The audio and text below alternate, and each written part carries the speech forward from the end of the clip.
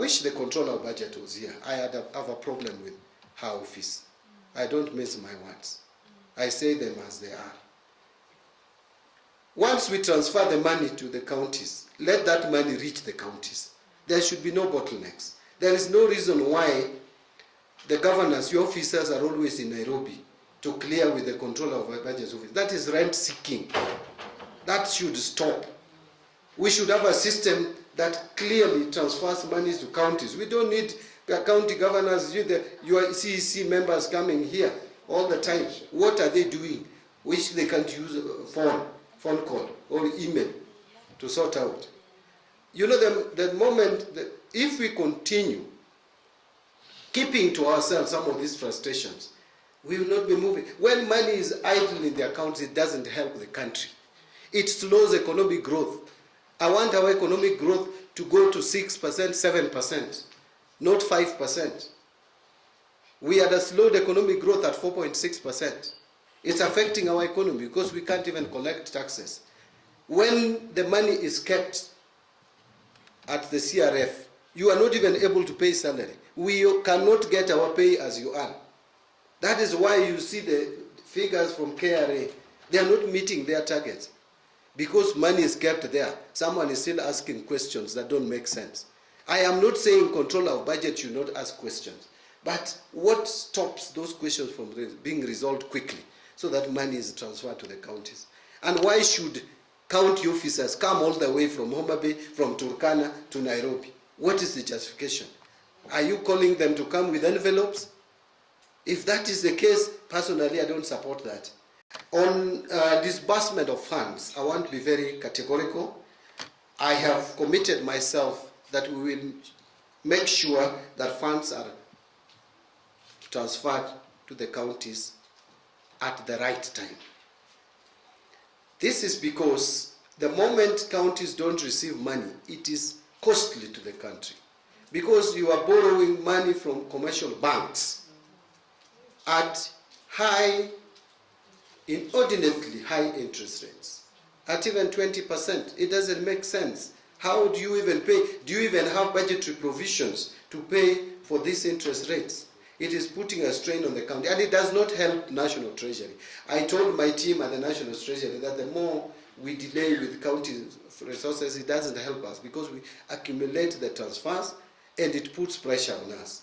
The problem that we have encountered from the beginning of the financial year was issues legal. There were two schools of thought. There was one school of thought that believed that we should not transfer even a shilling to the counties until the CARA is finally passed, both the National Assembly and the Senate. There was another school of thought that said that, and that is where I belong, that we can use the regulations to transfer at least 50% of the previous year's allocation, which is the 385 billion. So, because I wanted also to cover myself, I had to seek for legal opinion from the Attorney General. So I wrote to her. Fortunately, she agreed with my position, and we got a letter last week. And the moment we got a letter, we disbursed 1 month's allocation, which was 31.8 billion to the county's CRF account. And I promise you that before 15, we will make sure that we transfer another month. So that will leave us, because it appears we are not less than a month in arrears. I am committed to making sure that before December, we are up to date, so that counties can get back on their feet. We must now look at each other in the eye, and we tell each other the truth. Let us sit down and ask ourselves, which are these functions that are still held at the national government level? We should go to the county, and how much do they cost? So that we stop this circus of always fighting over how much should go to the county and how much should go to the national, remain at the national government level. Actually, we have ended up with a very subjective way of dividing our revenue, where we just sit and say, no, take 380, no, we want 400. It is based on what? I don't think it's based on any objectivity. This is a responsibility that was given to the transitional authority. I don't think they did a good job. Let us now sit down, both levels of government, look at the functions, see how much has been devolved to the counties, and ask ourselves, what are some of the functions that are still remaining with the national government? And how much do those functions cost? Can we move those functions to the county government and move them with the money so that this every year fight about division of revenue should stop? Governors, I want to give you a challenge. It's a challenge that I'm giving governors. I know you have had a lot of difficulties in even managing the wage bill in your counties, especially those governors who are coming in the office for the first time. But I want to dissuade you from borrowing bad manners from national government. There are so many offices that you are just creating because they exist in national government. We should put pressure on the national government to disband those offices instead of replicating them at the counties. They make no sense, they are of no use, unnecessary number of advisors for border, advisors for fishermen or fishing community. They don't add value. They don't add value. Even in the national government, we have too many advisors which don't add value at all.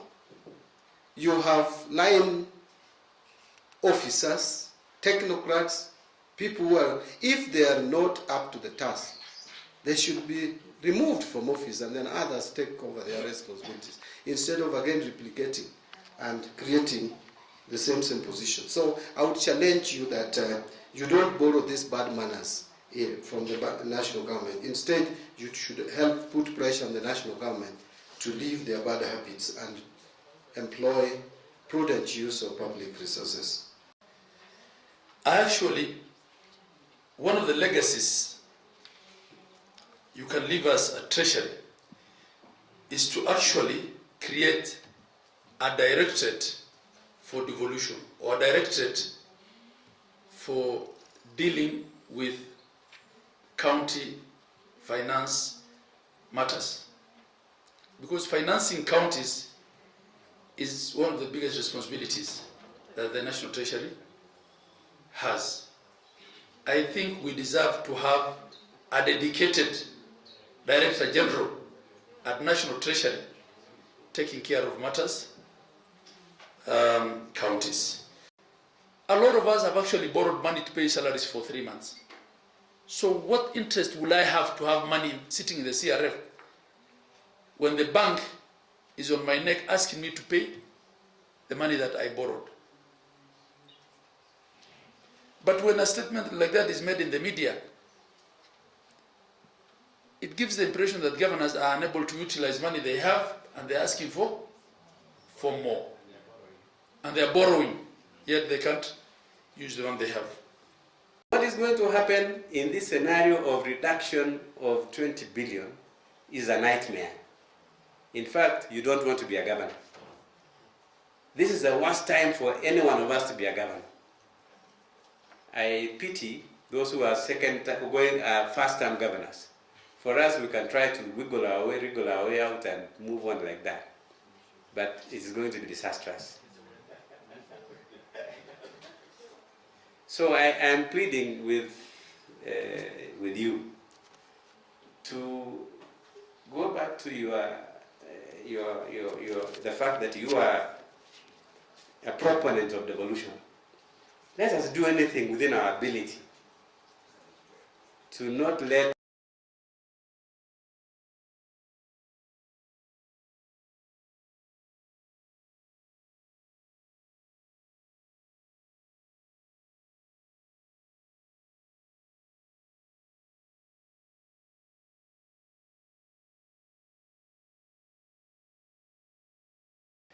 we understand the financial discussion that you have shared with us, the financial position of the country. But honestly speaking, I am hoping that at the end of the day, we can't have a figure below 385, the current, and over and above the statutory non-discretionary increment that will allow us to function, as it were.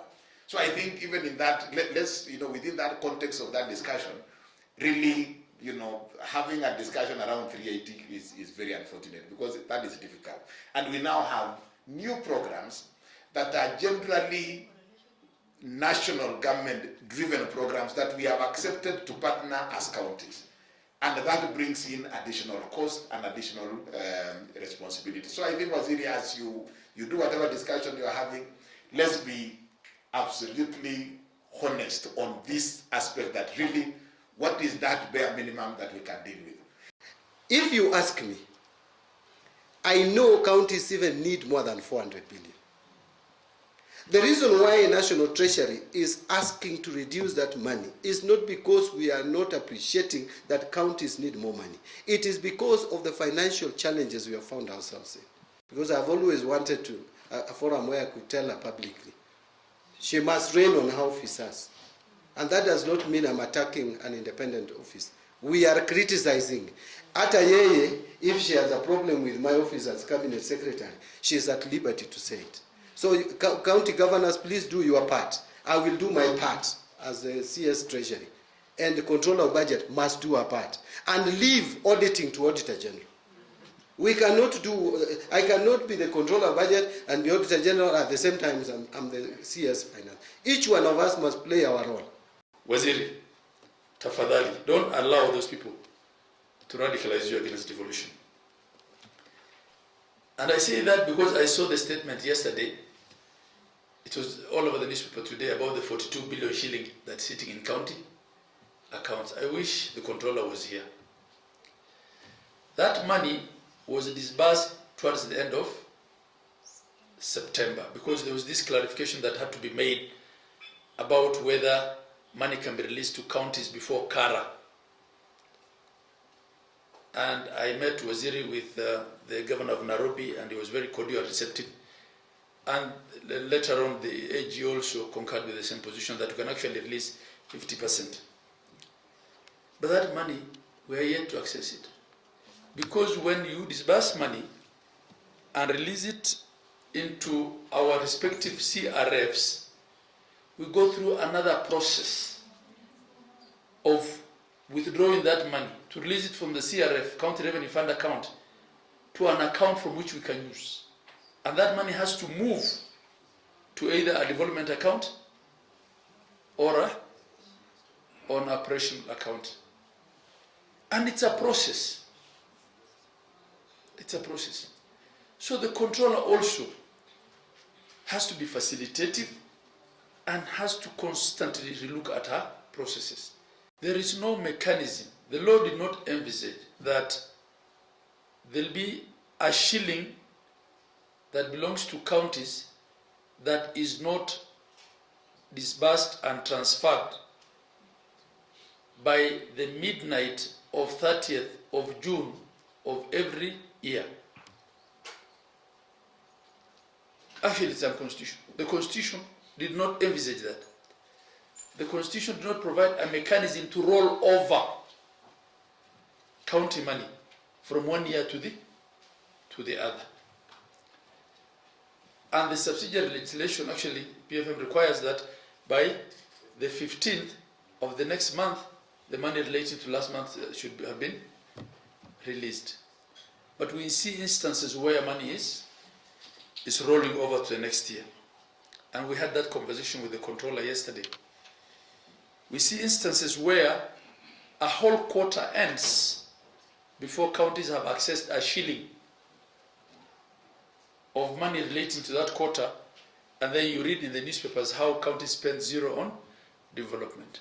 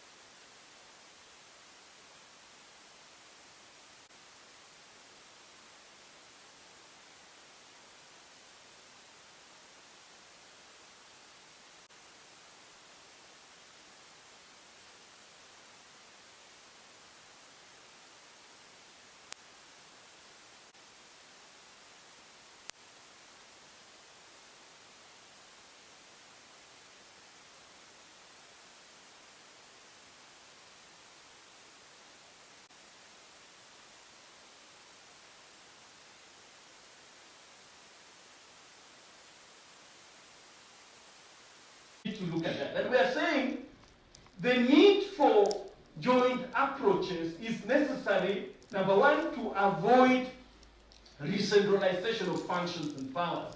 And this is because national government must guard against and avoid. Number two, we need to protect the relative autonomy of county government, the re-centralizing tendencies of national government. So joint policies will help us to sit with them to think through those policies and see what will be the best, and then safeguard the balance of power. If you look at the objects of devolution, one of the objects is to ensure checks and balances, separation of powers and checks, and we will be able to guard against to maintain the balance of power and ensure that checks and balances are review of the Public Finance Management Act through a joint committee and expenditures. And on educating ourselves on devolution, we just must have devolution. Thank you very much.